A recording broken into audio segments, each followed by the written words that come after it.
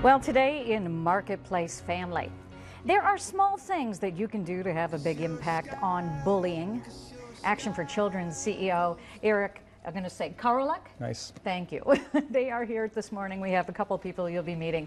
But Eric's here and Gina Rinkoff, and we're going to talk a little bit about an event they have upcoming and also what Action for Children does for our community. Eric, why don't you start? You are the CEO, the big poobah, if you will. And tell us about what Action for Children does. Now, I have to tell you, I have a personal story, a personal connection. Oh, tell us. Having used, when I first had my son, and I had to get back to work, I didn't know where to start, and it can be a very scary thing. Yes. And you do want to know that you're dealing with quality people. They're coming to your home. They're with your pride and joy, your children. So to know there's an outlet like Action for Children was really peace of mind for me. That's so good to hear. Yes. Action for Children really is our region's resource for all things early learning and child development. We've been around for over 40 years. Wow. And thousands of parents just like you have used us to find childcare, but also to receive information and other kinds of referrals for training, for education.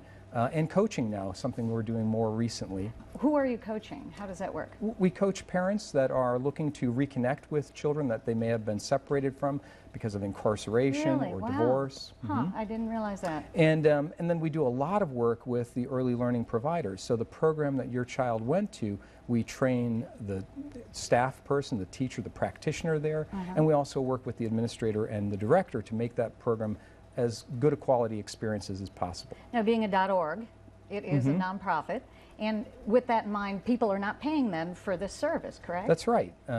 Almost all of our services are without fee. There are a few things, we do background checks and so forth, but most of that training and the coaching, that kind of work that we talk about, and the phone answering when you have questions or need information, that's all provided for free. So what kind of questions when people call? What are you hearing? A lot of questions about, well, where can I find high quality early childhood? Exactly. But also things like my 2-year-old's biting.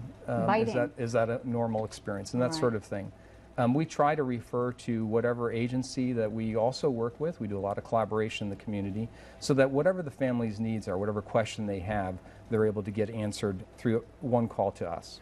Now, was this the same name, Action for Children, many years ago? Did it start under a different name?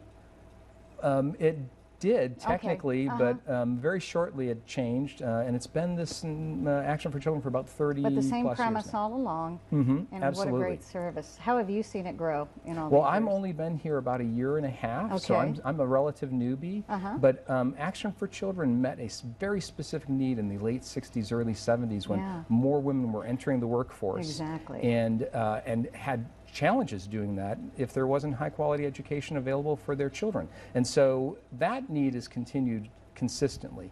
What's changed is that early childhood education is much more important than it ever was before. Gotcha. And so the emphasis on quality and thinking about a continuum that gets beyond early childhood and into the later school age years is something that's also been more important. So prior to the 1960s, moms just got bit all the time with nowhere to go. And relied on one another. That's true.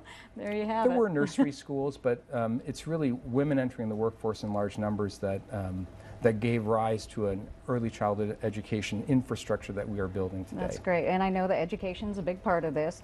Tell us, Gina, about the fundraiser you have or the upcoming event, and it sounds like a great event with a very big guest. Yes, so Action for Children will be hosting Small Steps, Big Benefits this Thursday at L Brand's headquarters. There's going to be a reception at 6 p.m. with beverages and food from local Ohio vendors, and then the actual event starts at 7. And we're so fortunate to have Rosalind Wiseman as our keynote speaker.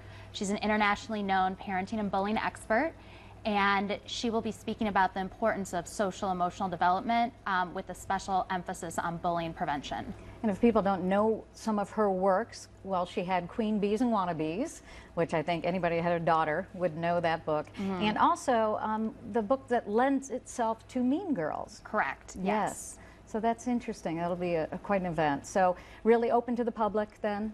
Yes, Okay. It's open to the public, and again, our focus is on working with teachers and parents and caregivers on promoting social emotional development at an early age, because we recognize how important it is to promote this early on to ensure success both for children in kindergarten but later in life. Great. And so that's really what Rosalind's going to be speaking about. Thank you both for being here. Appreciate it very much.